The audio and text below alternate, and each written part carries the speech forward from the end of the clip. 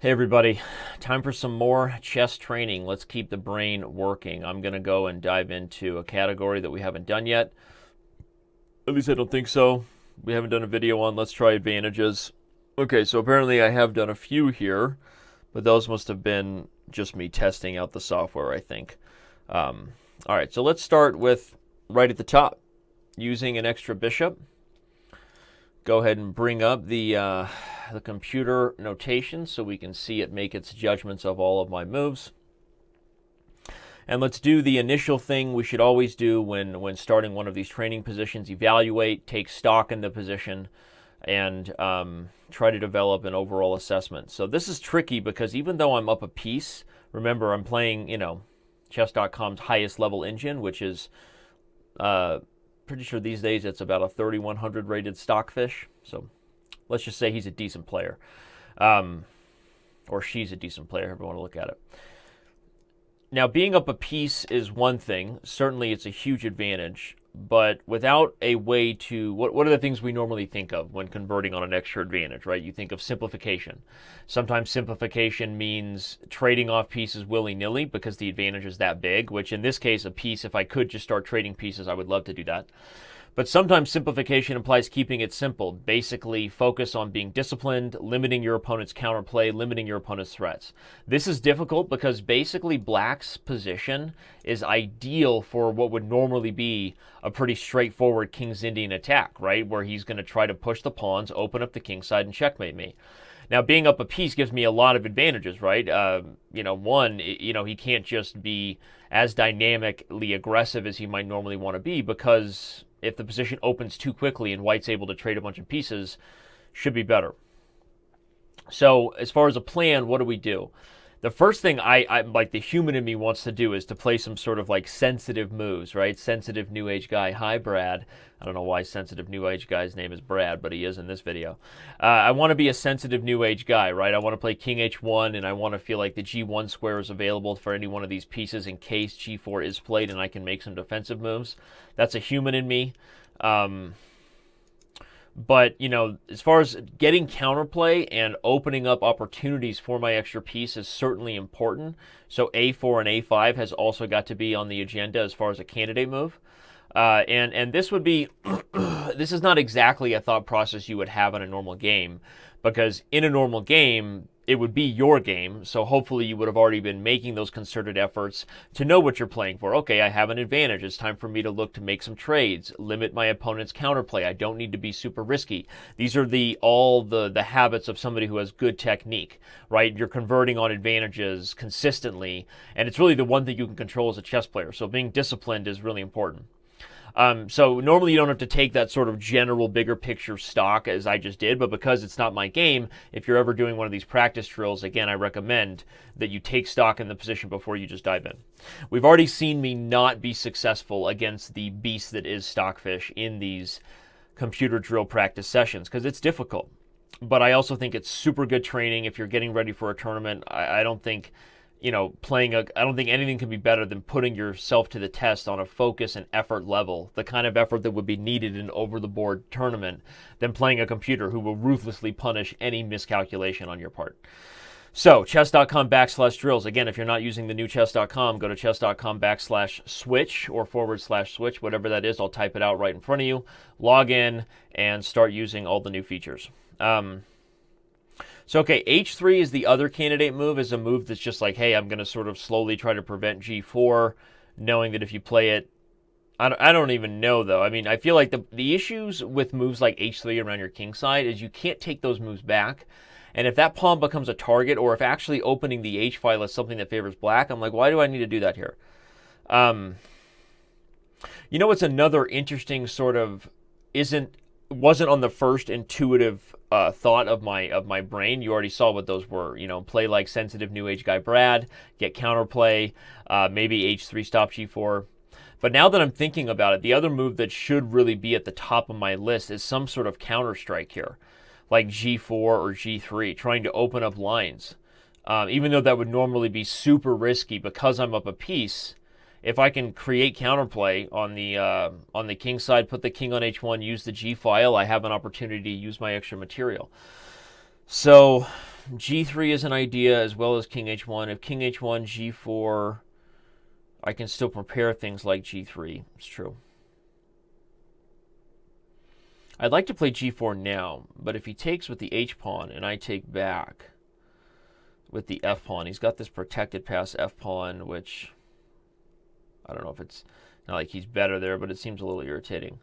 So part of me feels like I like this plan of King H1 and then G4. But if King H1, Knight F6, I can't get G4 now. I'd have to play G3. He has Bishop H3. So is it really G3 should be the move now? G3 moves the knight, takes F4, put the king on H1, put the rook on G1. If G3 and if he takes it, I have to take with the knight because anything else would allow rook takes F3, right? G3, pawn takes. If pawn takes, he takes on F3 here. I think anyway. So if G3, pawn takes, knight takes, he moves the knight to something like F6. It's probably the thing I need to do to try to start opening the position for the extra piece. So I'm going to go for it. Here we go. We're committed, and the game is on. We've taken stock, and it's time to play against Stockfish, who immediately strikes with G4. The super strong engine known as Ugly Fish. Take that, Stockfish. I just called you Ugly Fish. Dumb face head. All right, so should I be taking on G4 or F4? In a human game, a lot of times you might consider like taking. They take F3, playing F5, and giving the piece back, and just like trying to win a bunch of stuff. But it seems unnecessary here. If I take there and he pushes F3, if I take H5, he takes there. Then I've got a whole bunch of pawns, right? I've got a whole bunch of pawns for the piece. And that seems like something that would be a very wise transition. And I do believe that one of the things you want to do when you have an advantage is look for opportunities for that advantage to evolve, but for your opponent's life to get more miserable, right? So a piece becomes 2 pawns, but it also opens up the opponent's king and destroys their counterplay. Or an exchange becomes just a pawn, but you get an easily winning king and pawn ending. So these are things you have to think about. So, and notice the computer didn't even do anything else. He just took. He didn't even play F3, which I would have happily been giving up the piece. So, computer kind of agreed with me that would have been a healthy transition for white, a healthy evolution of the advantage. I do not want to take here because it's going to give up the E5 square. So that's a fact, Jack. I don't want to do that. I want to play Queen D2. If Bishop H6, the pawn is at least pinned. I'm not exactly sure what I want here.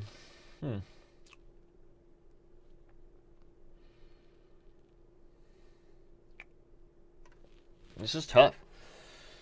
I totally believe in the computer's ability to just crush me on the king side and checkmate me. I mean, it's like, I'm like shaking. Okay, I'm overdoing that. Not actually shaking, but, right. Daddy, why is your hand shaking? Because I'm scared, baby. I'm scared. Let's see. If takes F4, pawn takes. Am I overestimating the E5 square? No, I'm not. That's really irritating. If king H1, I'm not worried about F3. Say what a strange but interesting move is I'm considering is H4.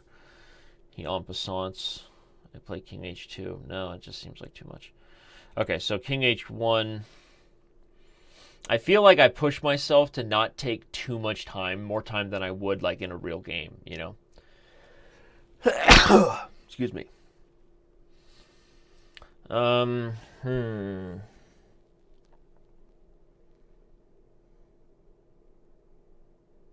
What does king H1 do? I seem to be obsessed with this move from a perspective of making myself feel warm and cozy psychologically, but does it threaten anything? I guess it opens up the G1 square, again, for defensive purposes.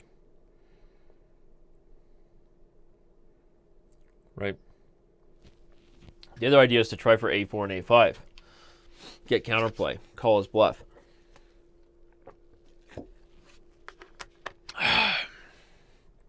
Hashtag agua. Hashtag got some. Hashtag too many hashtags, Danny. All right, I'm going to play king H1.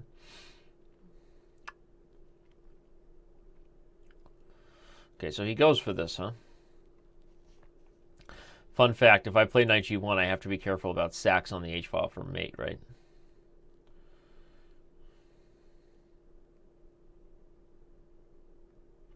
But I might also eventually have the ability to sack back on f3, so I'm going to do it. I don't see a mate immediately. That's what I expected, and I'm playing queen e1 with the idea of playing bishop e3 and simplifying the position. And now I'm playing here. I saw all of this coming, and my intention is to use the e3 square, either for the knight or the bishop. And I actually like my plan. And I'm really trying to focus. I'm not looking at what the engine thinks of my position, because it's just not healthy for me. It's not healthy for me to experience those types of judgments on my chess.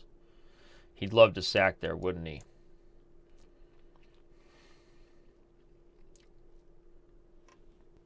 So I can take and then play queen e3.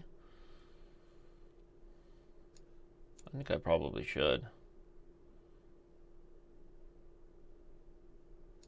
Offer the queen trade. Now what I'm wondering is, should I play knight f2 to coordinate or rook f2? Ooh, h4 is interesting, huh? h4 was an idea I had earlier, which threatens to trade queens on g5, and if he takes it, I win the f3 pawn. It's definitely a move that is on my radar.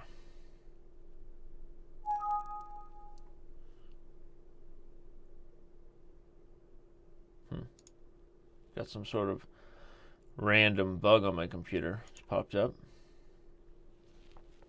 All right, let's see. If h4 takes h3, I get f3. Seems unnecessary to open the king like that. I'm not exactly sure what piece I would like to use to fill f2 yet. So I'm actually going to play this move a4. Okay, he plays a5 to stop my counterplay. Makes sense. But what it also did was open up the second rank. And I'm going to go ahead and use that to my advantage right now.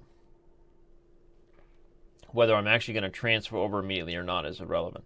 See, now h4 is coming back into mind, right? h4, he takes. I get f3. h4, he takes. I take on f3 with the knight. That's going to be tricky to calculate. h4, g takes f3. Or sorry, h4, g takes h3. Knight takes f3. If queen takes g3, I can play queen g5 check. Takes. We've traded. Actually, if h4, g takes h3, knight takes f3, queen takes g3, I have rook g1 winning on the spot. So h4, g takes h3, knight takes f3, knight g4. Queen to g5 anyway. If he takes, I take. And if he takes f1 with check, I can take with the bishop. There don't seem to be any immediate tactics there.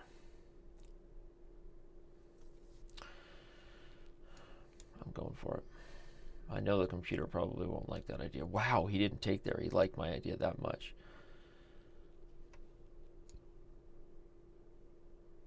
Oh, I have to be very careful here. Oh, he's going to play knight h5. I have to be very, very careful here, and then I'm going to be committed to defending. So that's actually probably not what I want. I actually don't know what to do here. I just flat out do not know what to do. I'm up a piece. Again, we're aware that allowing this position to move forward and evolve and hopefully open up is probably going to favor me.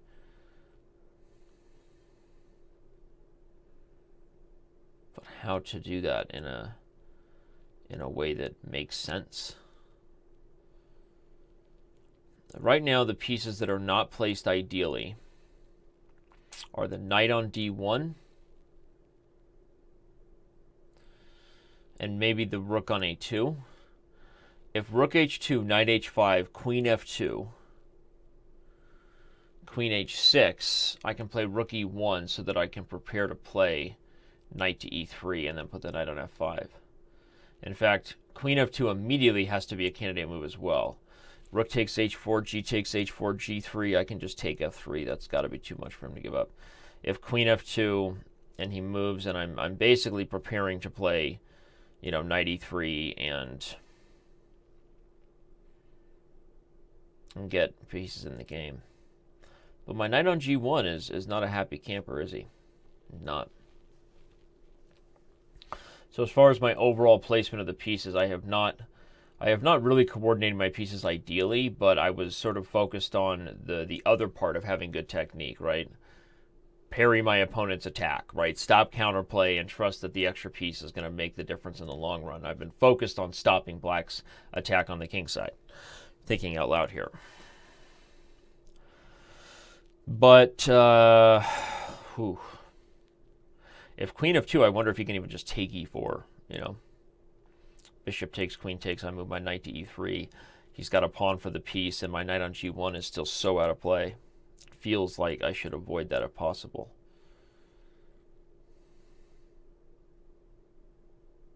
What about queen to e1? Strange. Strange. Queen e1. If knight h5, king h2. If queen e1, knight h5, knight e3, he has f2, takes, knight takes g3 check. King to g2.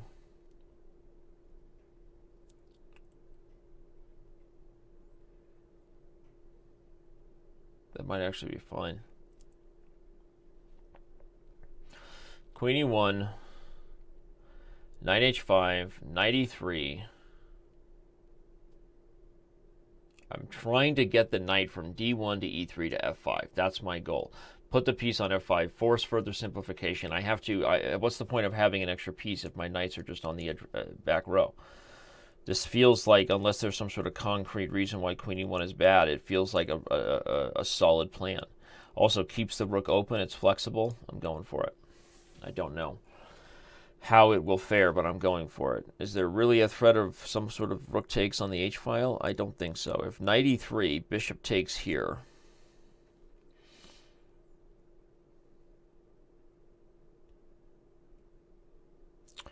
If knight e3, knight takes e4. Can he really do that? Knight takes g4. If knight takes g3 check, queen takes d3, he's going to lose. If knight to e3, knight takes e4, knight takes g4. If he takes on g4 with the queen, I take his knight, and there is no mate. Knight e3, knight takes e4. I hate trying to outcalculate the computer, but at some point you have to cowboy up or shut up. Knight e3, knight takes e4, knight takes g4. If knight takes g3 check, queen takes g3. If takes on g4 with the queen, I trade queens, get h7. If knight takes g3, queen takes d3, I move the knight from g4, discover double check, I win. If knight e3, knight takes e4, knight takes g4. Again, if he takes on g4, I'm taking e4. I feel good about that. I don't see a concrete reason why knight e3 fails. I feel like knight takes e4 is not right. Not a good move. All right. Well, obviously, I either missed something or the computer is desperate. I'm going to trust my calculation and see what the deal is here. Whoa. Yeah, that's an intermezzo. What in the world is that move?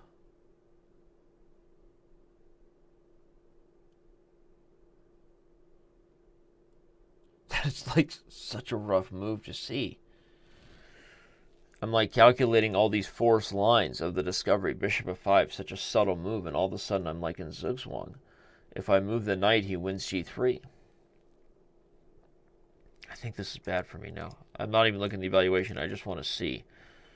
So that means knight there was bad. Okay, let me continue to try to play this position out. And you know what's strange?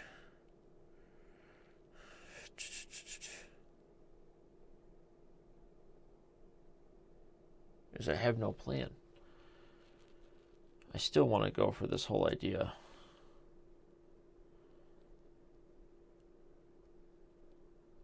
Of knight e3.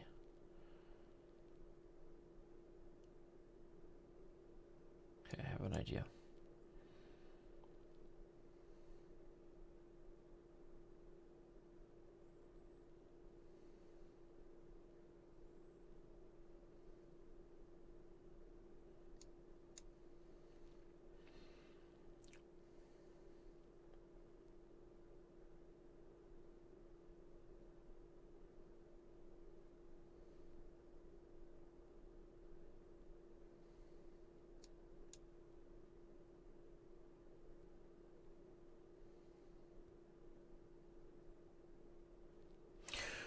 Oh my god, that's mind-blowing. As I sit here and try to convert my extra piece advantage, focusing on stopping all of my opponent's threats, I miss an absolute shot in the dark. What a brilliant move. Deflecting my queen from f2 so that knight takes g3 can be played with mate. How long have I been trying to convert on this position? It's been, what, at least 30 minutes here? Oh my gosh. This is why this is the best training in the world. Trying to convert advantages against a ruthless 3100 rated computer coach. From a prophylactic perspective, I just didn't see that move coming at all, although I should have, knowing that I sort of smothered mated myself. But queen d2, right? What a shot. Am I just lost now? The evaluation looks like it totally changed and I'm just busted.